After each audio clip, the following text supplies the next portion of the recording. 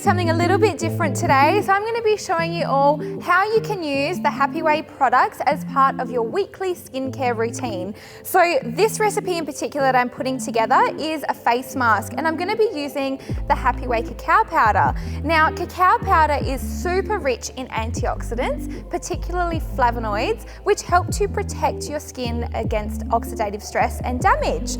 So it keeps your skin looking youthful and glowy.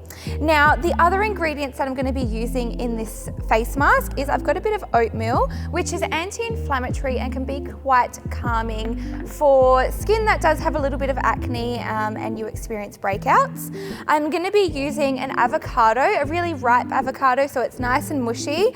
It's really rich in your omega-3s, in your good fats, which is great for the formation of your skin. And then I've just got a little dash of water here to help combine the mixture.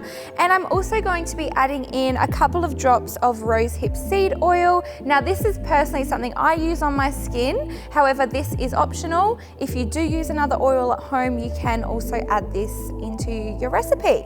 Now, it's really easy to make it. First, what you need to do is get your avocado, make sure it is really brown and soft. Now, you can tell when an avocado is ripe by pressing down on the top, and it'll be quite squishy. See, it's kind of even coming out the little hole here. So cut it in half, pop it into your bowl and mash it with a fork. And then you're just going to add in the rest of your ingredients. So I've got about a tablespoon here of the oatmeal. I'll just be adding about 3 to 4 drops of the rosehip seed oil. I'll be adding a heaped teaspoon of the cacao powder. And then I'll just add the water gradually as I need it. You still want the mixture to be quite thick because you don't want to pop it on your skin and then it run off your face.